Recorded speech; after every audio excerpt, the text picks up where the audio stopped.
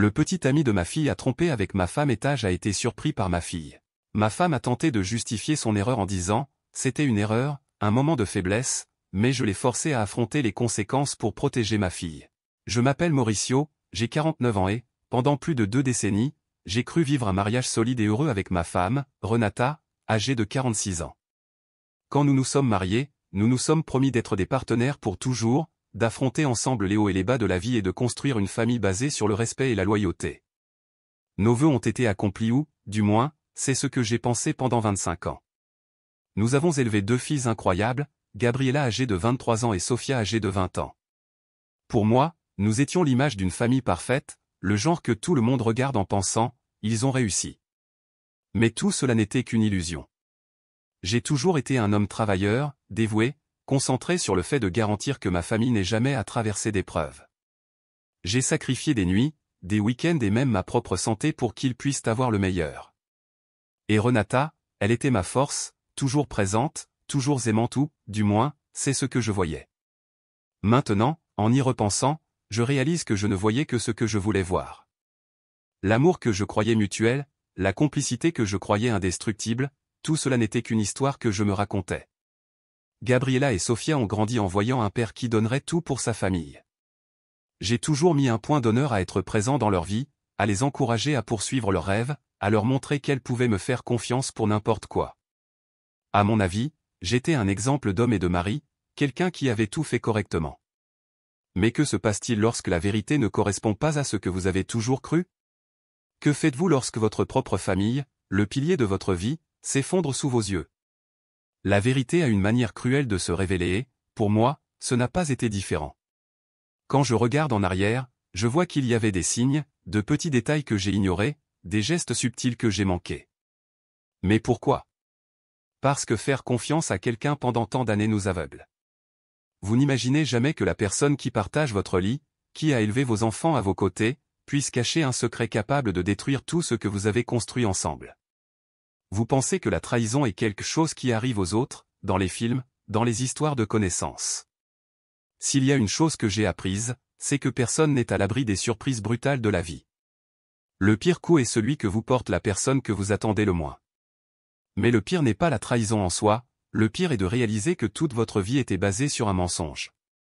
Vous commencez à tout remettre en question, les moments heureux étaient-ils réels? L'amour que je ressentais était-il vrai ou à sens unique? Chaque étreinte, chaque rire partagé, n'était-ce qu'une comédie pour sauver les apparences? Ce doute ronge plus que la trahison elle-même. Aurais-je pu le découvrir plus tôt? Peut-être. Mais quand nous aimons quelqu'un, nous avons tendance à ignorer les signes, à justifier les attitudes suspectes, à croire que nous sommes en sécurité. Et c'est exactement ce qui m'a détruit. Pendant des années, j'ai vécu en croyant avoir un mariage parfait, alors qu'en réalité je n'étais qu'un spectateur naïf d'une pièce bien répétée. Mais toute farce a un jour une fin et le moment où mon monde s'est effondré a commencé de manière subtile, presque imperceptible. Quelque chose a changé dans la routine de Renata, de petits gestes, des regards détournés, des excuses vides de sens et, ensuite, tout est devenu clair. Le jour où j'ai découvert la vérité a marqué le début de mon cauchemar. Mais avant cela, il y a eu des changements qui m'ont rendu méfiant, bien que j'ai essayé de chasser les mauvaises pensées de mon esprit. Et tout a commencé par un coup dur dans ma vie professionnelle, quelque chose qui m'a forcé à ralentir et à mieux regarder les choses autour de moi. J'ai travaillé toute ma vie pour garantir que ma famille n'ait jamais à faire face à des difficultés. J'ai construit une carrière solide, je me suis consacré à chaque opportunité et, pendant des années, j'ai été le principal pourvoyeur de la maison.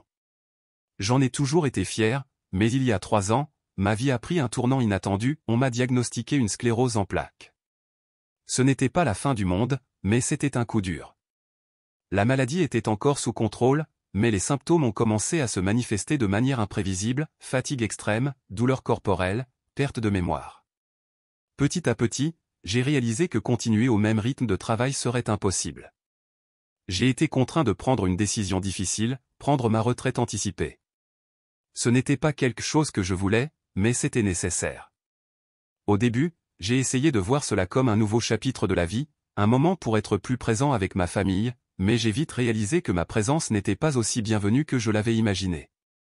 Renata semblait de plus en plus distante, comme si ma nouvelle routine à la maison était une nuisance. Avant, nous ne parlions que le soir après une longue journée de travail. Maintenant, nous déjeunions ensemble, nous passions plus de temps dans le même espace et, curieusement, la proximité a entraîné une distance encore plus grande. Au début, j'ai pensé que ce n'était qu'une phase d'adaptation. Peut-être qu'elle s'inquiétait pour moi, s'inquiétait de l'impact financier de ma retraite. Mais j'ai ensuite réalisé que ce n'était pas de l'inquiétude, c'était de l'indifférence. Les conversations sont devenues de plus en plus courtes. Les regards autrefois pleins de complicité ont été remplacés par une froideur mordante. Elle sortait plus, passait des heures devant son téléphone portable, toujours avec des excuses prêtes pour éviter toute interaction plus profonde. Petit à petit, j'ai commencé à sentir que je n'étais plus le bienvenu dans ma propre maison. Les filles ont remarqué le changement. Gabriella, toujours plus sensible, a essayé de me parler plusieurs fois, me demandant si j'allais bien, si j'avais besoin de quelque chose. Sophia, en revanche, semblait inconsciente, immergée dans son propre monde. Le seul qui me traitait encore avec enthousiasme était Lucas, son petit ami, un jeune homme poli et attentionné qui engageait toujours la conversation avec moi. Il s'enquérait de ma santé et veillait à être présent dans notre routine. Je l'aimais bien, je pensais même qu'il était peut-être le seul là-bas à se soucier vraiment de moi. Je ne savais pas que cette proximité dissimulait quelque chose de bien plus sombre. La dynamique de la maison a complètement changé. Avant, même avec ma routine de travail, je sentais que j'étais encore une partie importante de ce foyer. Maintenant, je me sentais comme un fantôme. Renata a commencé à sortir sans me le dire, à rentrer tard, à éviter les conversations. Quand j'essayais d'en parler, elle levait simplement les yeux au ciel et disait qu'elle était fatiguée et que j'exagérais. Et pendant un moment, je l'ai cru. Peut-être que c'était juste mon esprit qui me jouait des tours, la paranoïa causée par le changement soudain dans ma vie. Mais ensuite, les petits détails ont commencé à me déranger davantage, des conversations chuchotées au téléphone, des rires exagérés à des messages qu'elle effaçait avant que je puisse les voir, une nouvelle routine qui semblait tourner autour de tout sauf de moi. J'ai commencé à observer davantage, à prêter attention à ce que j'avais ignoré auparavant, et c'est alors que j'ai remarqué un schéma, chaque fois que Lucas apparaissait, Renata semblait différente, trop excitée, trop intéressée. Mais comment pouvais-je soupçonner quelque chose d'aussi absurde? Il n'était qu'un garçon, le petit ami de notre fille. J'imaginais juste des choses où, du moins, c'est ce que je voulais croire. Mais les signes étaient là, de plus en plus évidents. Et, comme j'allais l'apprendre à mes dépens, ignorer la vérité ne la fait pas cesser d'exister. Ce que je ne savais pas encore, c'est que ma vie était sur le point de s'effondrer d'une manière que je n'aurais jamais pu prédire. Lucas a toujours été un garçon poli, du genre que les parents approuvent sans hésitation. Quand ma fille, Sophia, a commencé à sortir avec lui, j'étais heureux. Il était charismatique, faisait toujours un effort pour saluer tout le monde et semblait beaucoup l'aimer. Je n'ai jamais eu la moindre raison de soupçonner quoi que ce soit. Au contraire, j'aimais l'idée que ma fille soit avec quelqu'un qui semblait être un bon parti. Mais maintenant, en y repensant, je vois que ma confiance m'a aveuglé sur quelque chose qui se passait juste sous mes yeux. De petits gestes, des regards détournés, des sourires qui duraient trop longtemps. Tous les signes étaient là, mais je ne voulais tout simplement pas les voir. Le premier avertissement est venu lorsque j'ai remarqué que Renata parlait de Lucas avec un enthousiasme inhabituel. Au début, cela ne m'a pas dérangé. Il était normal qu'elle l'aime bien, après tout, il faisait partie de la vie de notre fille. Mais ensuite ont commencé les questions exagérées, comment allaient ses études? Comment était sa routine? S'il avait besoin de quelque chose? Des détails qui allaient au-delà de l'intérêt commun d'une belle-mère. J'ai trouvé cela étrange, mais je l'ai ignoré. Après tout, pourquoi me méfierais-je de ma propre femme? Puis sont venus les rires, pas n'importe quel type de rire, mais ces rires forts, exagérés, presque adolescents. J'ai vu cela quand Lucas racontait des blagues idiotes ou faisait des commentaires au hasard. C'était comme si Renata était soudainement intéressée à l'impressionner, à se connecter avec lui d'une manière qui me mettait mal à l'aise, même si je ne pouvais pas dire exactement pourquoi. Mais j'ai repoussé ces mauvaises pensées. J'étais juste paranoïaque, n'est-ce pas? Le malaise a grandi lorsque j'ai remarqué que Renata et Lucas échangeaient des messages. Au début, cela semblait innocent. Elle disait que c'était juste pour aider avec quelque chose à son université ou pour arranger les horaires avec Sophia. Mais ensuite sont venus les moments étranges. Je la voyais taper subrepticement, effaçant toujours les messages peu de temps après. Si j'entrais dans la pièce, elle verrouillait rapidement l'écran. Une fois, 2 fois, 3 fois, quelque chose n'allait pas. Mais chaque fois que j'essayais d'aborder le sujet, elle riait et me traitait de fou. Mon esprit a commencé à travailler contre moi. Je me suis retrouvé à analyser chaque interaction entre eux, essayant de trouver quelque chose qui expliquerait ce malaise dans ma poitrine.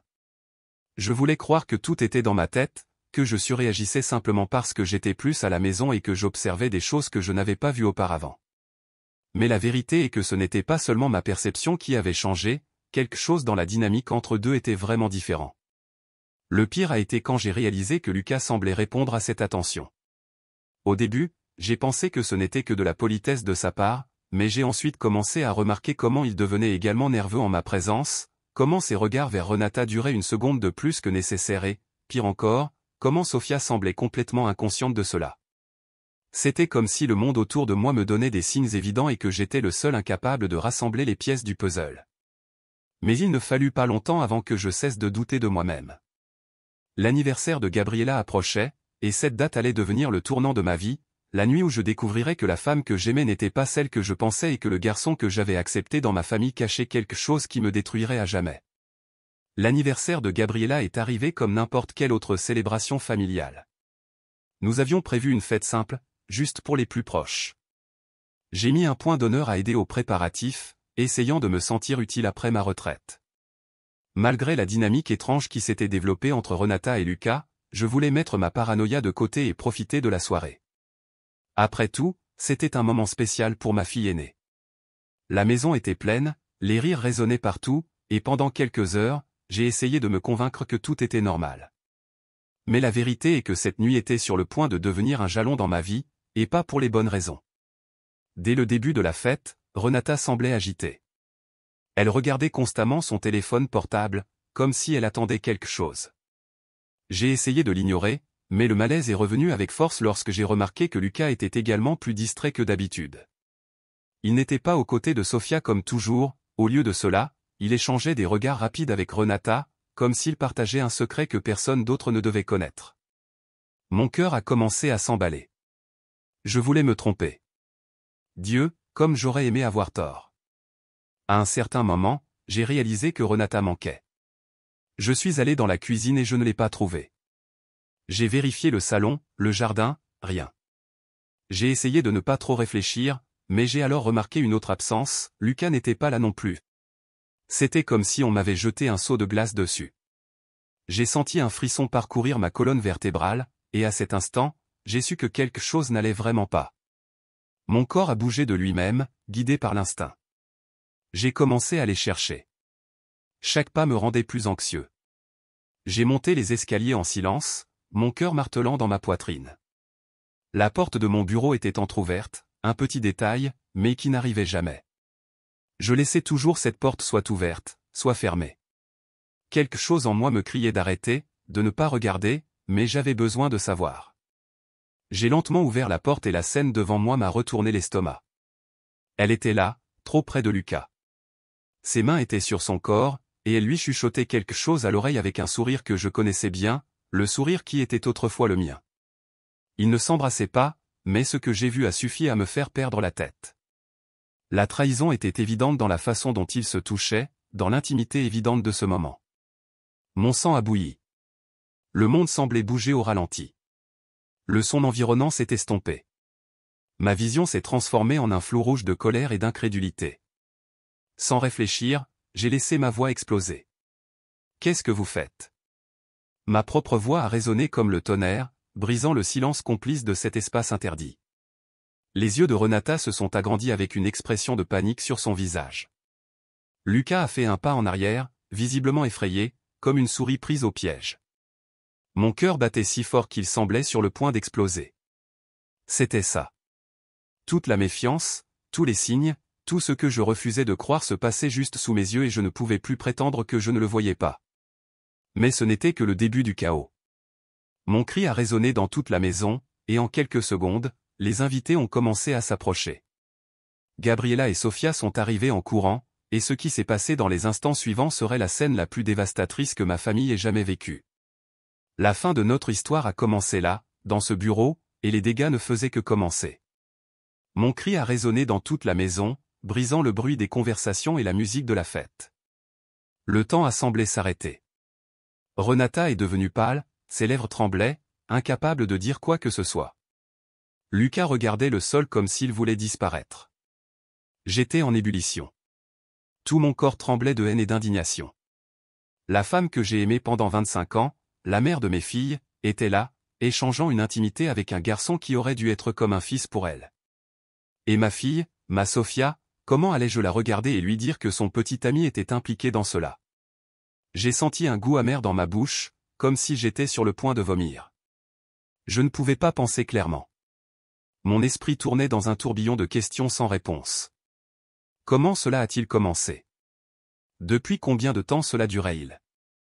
Était-il déjà allé plus loin? Je voulais que la vérité sorte à tout prix. Dis quelque chose, Renata.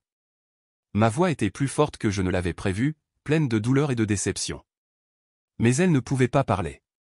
Seules des larmes ont monté à ses yeux, comme si elles allaient arranger quelque chose, comme si je devais avoir pitié. C'est alors que j'ai entendu des pas presser derrière moi. C'étaient Gabriela et Sophia, haletantes, essayant de comprendre ce qui se passait. « Père, que se passe-t-il » a demandé Gabriela, ses yeux passant de moi à Renata et Lucas, qui restaient paralysés. Je n'ai pas eu besoin de dire quoi que ce soit. Sophia a regardé Lucas, a vu la façon dont il évitait de la regarder, et quelque chose en elle a semblé se briser. Non, ça ne peut pas être vrai. Sa voix était basse, comme si elle essayait de se convaincre que ce n'était pas réel. Mais c'était réel et la vérité lui est tombée dessus comme une avalanche. Non, c'est un mensonge, a crié Sophia, essayant de nier ce qu'elle voyait. Elle a regardé Lucas, attendant qu'il dise quelque chose, n'importe quoi qui contredirait cela. Son silence a été l'aveu le plus cruel qui puisse exister. Puis elle s'est tournée vers sa mère, les yeux brillants de larmes. Mère. Sa voix était un murmure, un appel désespéré à une explication qui aurait un sens. Mais Renata, le visage couvert de honte, n'a rien dit. Le silence a été interrompu par un bruit assourdissant. Sophia s'est effondrée sur le sol, pleurant de manière incontrôlable. Les sanglots sortaient sans contrôle. Gabriela, toujours la plus posée, était en état de choc. Elle regardait sa mère comme si elle ne la reconnaissait plus. Je voulais parler, je voulais crier, je voulais frapper le mur jusqu'à ce que chaque os de ma main soit brisé, mais je ne pouvais que regarder cette scène, incapable de comprendre comment ma vie s'était transformée en ce cauchemar. Lucas a essayé de dire quelque chose, un marmonnement pathétique, mais avant qu'il ne puisse finir, ma colère a explosé. Sors d'ici maintenant. Ma voix était ferme, sans place pour la négociation. Lucas a dégluti et est presque sorti en courant, laissant Sophia allongée sur le sol, dévastée. Je l'aurais jetée dehors de force si nécessaire. Renata a essayé de s'approcher de moi, mais j'ai reculé. Son contact me dégoûtait. Tu as ruiné notre famille, tu as tout détruit. Ont été les seuls mots qui sont sortis de ma bouche. La pièce était maintenant pleine, tous les invités étaient silencieux, témoins de l'effondrement de ma famille. La honte sur le visage de Renata était évidente, mais cela n'avait plus d'importance. Le mal était déjà fait et rien de ce qu'elle dirait ne changerait cela. Que allais-je faire maintenant? Comment allais-je réparer ma famille après cette trahison? La pièce était un chaos. Tous les invités étaient là, regardant, chuchotant, échangeant des regards de surprise et d'indignation. Ce qui devait être une nuit de célébration s'était transformé en un spectacle d'horreur et ma famille était au centre de l'attention. Sophia était toujours par terre, sanglotant, se serrant la poitrine comme si elle essayait de retenir son cœur brisé. Gabriela était immobile, regardant sa mère avec un mélange de dégoût et d'incrédulité. J'ai senti ma respiration devenir haletante et mes mains picoter de colère. Renata a essayé de parler, mais sa voix tremblait. Mauricio, s'il te plaît, écoute-moi. Elle a fait un pas en avant, mais j'ai levé la main, l'arrêtant. Il n'y avait rien pour justifier cela, rien pour effacer l'image d'elle et de Lucas ensemble, l'intimité, la trahison ouverte sous mes yeux. Tu n'as pas le droit de demander quoi que ce soit. Tu as détruit notre famille, Renata, comment as-tu eu le courage? Ma voix était plus basse mais pleine d'un mépris que je n'aurais jamais imaginé ressentir pour quelqu'un. Les murmures parmi les invités ont augmenté. Les gens ont commencé à prendre leur manteau comme s'ils voulaient s'échapper de cet environnement toxique, mais personne ne voulait partir sans connaître le dénouement, personne ne voulait manquer le point culminant de la tragédie. Gabriela a finalement bougé. Elle s'est approchée de Sophia, s'est agenouillée à côté de sa sœur et lui a doucement pris le visage. « Viens, on s'en va d'ici. » a-t-elle dit doucement, essayant de l'éloigner de cette scène horrible. Mais Sophia ne pouvait pas réagir. Elle secouait simplement la tête, répétant non comme si cela allait changer la réalité. C'est alors qu'elle a regardé Lucas, qui se tenait toujours près de la porte, ne sachant que faire. Sa douleur s'est rapidement transformée en colère. « Comment as-tu pu, comment as-tu pu » a-t-elle crié, la voix tremblante et le visage taché de larmes. Et avant que quiconque puisse réagir, elle a pris un verre sur la table et l'a jeté contre le mur, tout près de lui. Le fracas a fait retenir leur souffle à tout le monde dans la pièce. Lucas a fait un pas en arrière, visiblement effrayé. « Sors de ma maison maintenant. » ai-je dit, le regardant droit dans les yeux. Cette fois, il n'a pas hésité. Il est sorti en courant comme le lâche qu'il était. Mais le mal était déjà fait. Ma fille ne serait plus jamais la même et je n'oublierai jamais ce que j'ai vu cette nuit-là. Renata a commencé à pleurer, mais je n'ai ressenti aucune pitié, je n'ai ressenti que du mépris. « Je peux expliquer. » a-t-elle murmuré. Mais avant qu'elle ne puisse continuer, Gabriela s'est tournée vers elle avec une expression de pur dégoût. « Expliquer quoi que tu flirtais avec le petit ami de ma sœur. Quoi tu as détruit notre famille pour un garçon, tu es pathétique. » Les mots étaient comme une gifle. Renata s'est effondrée, mais tout était de sa faute. Cette nuit a marqué la fin de ce qui fut autrefois ma famille. Sophia, dévastée, pouvait à peine respirer. Gabriela, sous le choc, me regardait, espérant que j'aie une réponse, une solution. Mais je n'en avais pas. La seule chose que je savais, c'est que plus rien ne serait jamais comme avant. Et la seule certitude que j'avais à ce moment-là était que Renata ne pouvait plus continuer sous le même toit que nous. Et c'est alors que j'ai pris la décision la plus difficile de ma vie. Cette nuit-là, Sophia n'a pas supporté la douleur. Dès que Lucas est parti, elle a couru dans sa chambre. Elle a rapidement attrapé un sac à dos et est passée devant moi, incapable de me regarder dans les yeux. « Je ne peux pas rester ici, je ne peux pas » a-t-elle murmuré, presque silencieusement, en franchissant la porte d'entrée. « Ma fille attend. » J'ai essayé de l'arrêter, mais elle s'est dégagée de mes mains comme si tout contact était insupportable. Des larmes coulaient sur son visage et tout ce que je pouvais faire était de la regarder disparaître dans la rue, sans même me dire où elle allait. Mon cœur s'est brisé en 1000 morceaux. Gabriela est restée, mais elle était en état de choc. Elle regardait sa mère avec des yeux pleins d'une fureur que je n'avais jamais vue en elle auparavant. « Tu ne vas même pas essayer de t'excuser auprès de ta fille. » Sa voix était basse mais pleine de venin. Renata, jusqu'alors silencieuse, a finalement ouvert la bouche. Sophia a besoin d'un peu de temps. Un jour, elle comprendra. Cette réponse a été la goutte d'eau qui a fait déborder le vase pour Gabriela. La résignation a explosé et pour la première fois, j'ai vu ma fille perdre le contrôle. Tu as détruit sa vie. Tu as détruit notre famille et tu penses qu'elle te comprendra. Comment peux-tu être si froide? C'est alors que j'ai entendu quelque chose qui m'a encore plus détruit. Gabriela a pris une profonde inspiration et, avec un regard plein de regret, a avoué. Je savais déjà, papa. Le monde s'est arrêté. Mon corps s'est figé. Qu'est-ce que c'est que ça? Ma voix était hésitante, craignant la réponse. Elle a regardé le sol, les mains tremblantes. J'ai vu des messages de maman à Lucas il y a des semaines. Je l'ai vu effacer des choses mais j'avais peur de te le dire, peur de me tromper, peur de détruire notre famille. La douleur d'entendre cela était insupportable. Ma propre fille portait ce poids, ce doute, ne sachant que faire. Et maintenant, c'était trop tard. Renata a essayé de s'approcher de Gabriela, mais celle-ci a immédiatement reculé.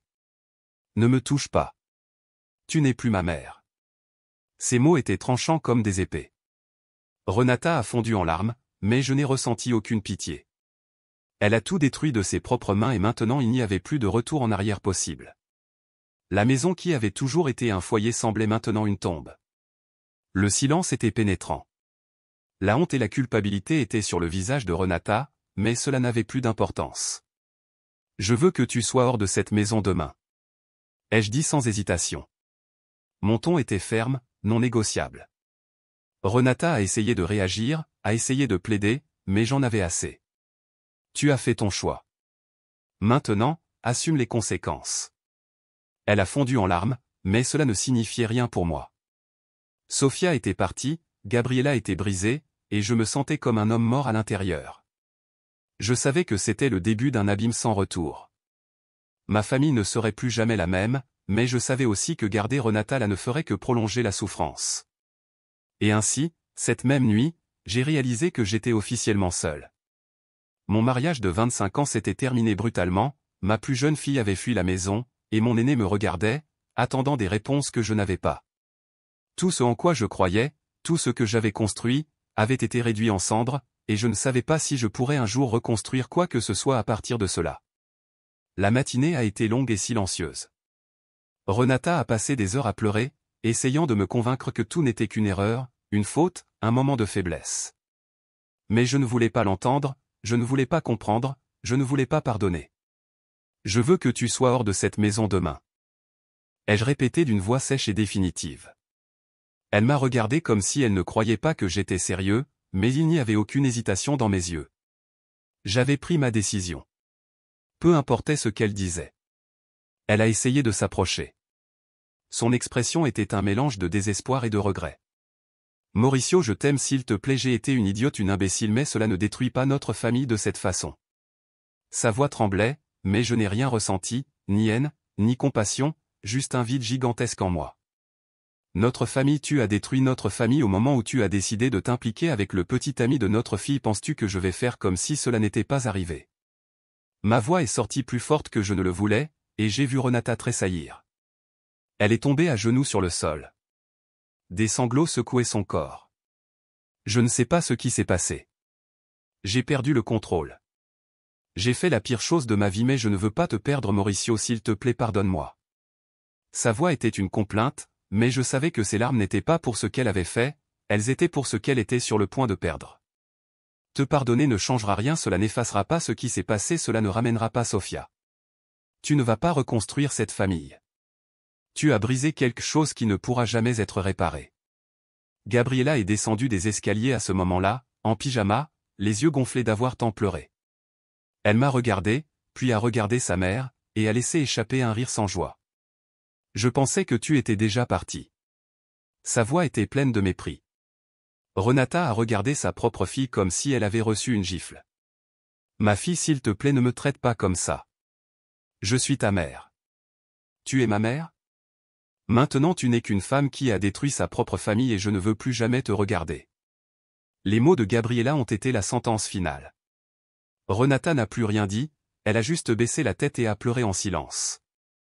La matinée est arrivée lentement, apportant avec elle un poids insupportable. Sofia ne donnait aucun signe de vie. Gabriela me parlait à peine, et Renata a fait ses valises et est partie sans se retourner. Je suis vraiment désolé. Ont été ses derniers mots avant de franchir la porte. Mais je savais qu'elle n'était pas désolée, du moins pas de la bonne manière. J'ai fermé la porte et j'ai pris une profonde inspiration. Ma maison était vide, ma famille était brisée. Ma vie, qui était autrefois construite avec amour et dévouement, n'était plus qu'un tas de ruines. Et je suis resté là, dans le salon, essayant de comprendre comment tout en était arrivé là. Mais il n'y avait plus de réponse, seulement un silence oppressant et une certitude absolue, plus rien ne serait jamais comme avant. Les premiers mois après le départ de Renata ont été un véritable enfer pour nous tous. La maison semblait un espace vide, une coquille sans âme. Le silence était assourdissant, et son absence n'apportait aucun soulagement, seulement plus de douleur. J'ai essayé d'avancer, mais il était impossible d'effacer 25 ans d'histoire du jour au lendemain. Sofia refusait toujours de rentrer à la maison. Gabriela était froide, elle essayait de rester forte, mais je pouvais voir dans ses yeux qu'elle était également brisée. Et Renata, eh bien, elle est tombée dans un abîme dont elle n'a jamais réussi à sortir. Au début, elle a essayé de se rétablir. Elle envoyait des messages tous les jours, me suppliant. Elle voulait une chance de s'expliquer, mais il n'y avait plus de place pour cela. Sofia a ignoré tous les messages. Gabriela n'a même pas ouvert les notifications, et je l'ai simplement effacée de ma vie. Sa trahison a été la sentence finale de notre mariage. Il n'y avait plus de nous, il n'y avait plus de famille. Elle avait fait son choix, et maintenant elle devait en assumer les conséquences. Sans soutien, Renata a commencé à s'effondrer. Ses parents, qui étaient toujours présents auparavant, l'ont rejetée. Comment as-tu pu faire ça à tes filles? disait-il. Les amis qui aimaient les dîners et les rassemblements ont disparu. Après tout, personne ne voulait être vu avec une femme qui a détruit sa propre famille d'une manière aussi honteuse. Elle a tout perdu, le respect, les relations, la dignité. Elle a commencé à vivre chez sa sœur pendant un certain temps, mais même cette relation s'est effondrée. Personne ne voulait porter le poids de sa trahison. C'est alors que les rumeurs ont commencé. On disait qu'elle avait essayé de se remettre avec Lucas, mais il l'a complètement rejeté. Le garçon, honteux de toute la situation, a simplement continué sa vie, comme si de rien n'était. Pour lui, ce n'était qu'une erreur de jeunesse. Pour Renata, c'était le début de la fin. Elle n'avait plus personne, ni famille, ni amis, ni soutien. La trahison n'a pas seulement détruit ma vie et celle de mes filles, mais elle a aussi détruit la sienne. Au fil du temps, la culpabilité et la solitude ont commencé à la consumer. La dépression est venue comme une tempête, emportant avec elle tout vestige de la femme que j'ai connue autrefois. Elle a été admise plusieurs fois dans des cliniques psychiatriques, mais rien ne semblait aider. Elle revenait toujours au même cycle d'autodestruction. Elle essayait de reconstruire sa vie, mais personne ne voulait s'impliquer avec quelqu'un ayant une histoire aussi entachée. Personne ne lui faisait confiance, et pire encore, elle ne pouvait plus se faire confiance. La dernière fois que j'ai entendu parler d'elle, on disait qu'elle vivait isolée, enfermée dans un petit appartement, sans contact avec personne, juste une ombre de ce qu'elle était autrefois. La femme qui avait tout eu autrefois, une famille, une maison, un mari qui l'aimait, 2 filles qui l'admiraient, n'était plus qu'une ombre. Elle vivait en marge et payait le prix de ses décisions. Et parfois je me demande, s'est-elle vraiment repentie ou est-elle juste désolée de ce qu'elle a perdu? Je n'aurai jamais cette réponse, mais je sais que la douleur qu'elle a causée résonne encore, non seulement dans sa vie, mais en moi, en Gabriella, en Sofia. Parce que certaines trahisons ne s'oublient jamais, elles ne cessent jamais d'exister. Les années ont passé, mais la douleur de cette nuit n'a jamais complètement disparu. Je me suis relevé, j'ai avancé, mais certaines blessures sont trop profondes pour guérir complètement. La trahison de Renata n'a pas seulement détruit un mariage, elle a détruit la structure de notre famille, qui n'est jamais redevenue la même. Les gens disent que le temps guérit toutes les blessures, mais je ne pense pas que ce soit vrai. Le temps nous apprend seulement à vivre avec les cicatrices. Il a fallu beaucoup de temps pour que Sofia me reparle. Après cette nuit, elle est allée chez une amie et y est restée des mois. Quand elle a finalement répondu à l'un de mes appels, sa voix était presque méconnaissable. Je ne lui pardonnerai jamais jamais. Ont été les seuls mots qu'elle m'a dit avant de raccrocher. C'était comme un couteau dans ma poitrine. J'aurais aimé la protéger de tout cela, j'aurais aimé qu'elle n'ait jamais vécu une expérience aussi cruelle. Mais qu'aurais-je pu faire? Comment arrêter quelque chose qui s'est passé juste sous mes yeux sans que je ne m'en aperçoive? Gabriella a suivi son propre chemin, mais quelque chose en elle a aussi changé pour toujours. La trahison de sa mère a affecté sa vision de l'amour, des relations et de la confiance. Une fois, quand je lui ai demandé pourquoi elle n'avait jamais eu de relation sérieuse, sa réponse a été amère. Si même notre mère n'a pas pu être fidèle, comment puis-je faire confiance à quelqu'un? Cela m'a frappé comme un coup de poing à l'estomac. Je n'ai jamais voulu que mes filles portent ce poids, mais Renata l'a fait. Elle a arraché la pureté de l'amour de leur vie. Et moi, eh bien, j'ai essayé de reconstruire ma vie. Mais comment faire confiance à nouveau après quelque chose comme ça? Comment regarder quelqu'un et croire qu'il ne vous trahira plus jamais? Autant que je voulais avancer, il y avait toujours un fantôme qui hantait mes pensées. Les nuits étaient longues, l'esprit rejouait ce moment encore et encore, le choc d'ouvrir cette porte, le regard effrayé de Renata, le visage pâle de Lucas, le cri de douleur de Sofia. Tout cela me revenait dans les moments de silence, comme si mon esprit refusait de me laisser oublier. Je me suis souvent demandé si j'aurais dû gérer cela différemment, si j'aurais dû donner à Renata une chance de s'expliquer, si j'aurais dû attendre un peu avant de prendre des décisions aussi définitives. Mais chaque fois que ces pensées surgissaient, je me le rappelais, la trahison avait déjà eu lieu. Il n'y avait rien qui puisse changer cela. Il n'y avait aucune justification, aucune excuse. Et même si j'avais essayé de réparer les choses, ma famille était déjà brisée. Certaines erreurs ne peuvent tout simplement pas être réparées. Ce qui fait le plus mal, ce n'est pas d'avoir perdu un mariage, c'est d'avoir perdu la famille que je pensais avoir. Nous n'avons plus jamais été, nous.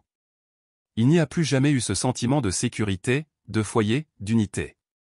Nous sommes devenus des morceaux de quelque chose qui était autrefois entier, essayant d'avancer séparément. Et je sais que cela ne changera jamais. La trahison de Renata n'était pas seulement une erreur, c'était un tremblement de terre, et ses conséquences résonnent encore des années plus tard. Le temps a peut-être passé, mais la cicatrice est toujours là et elle le sera toujours.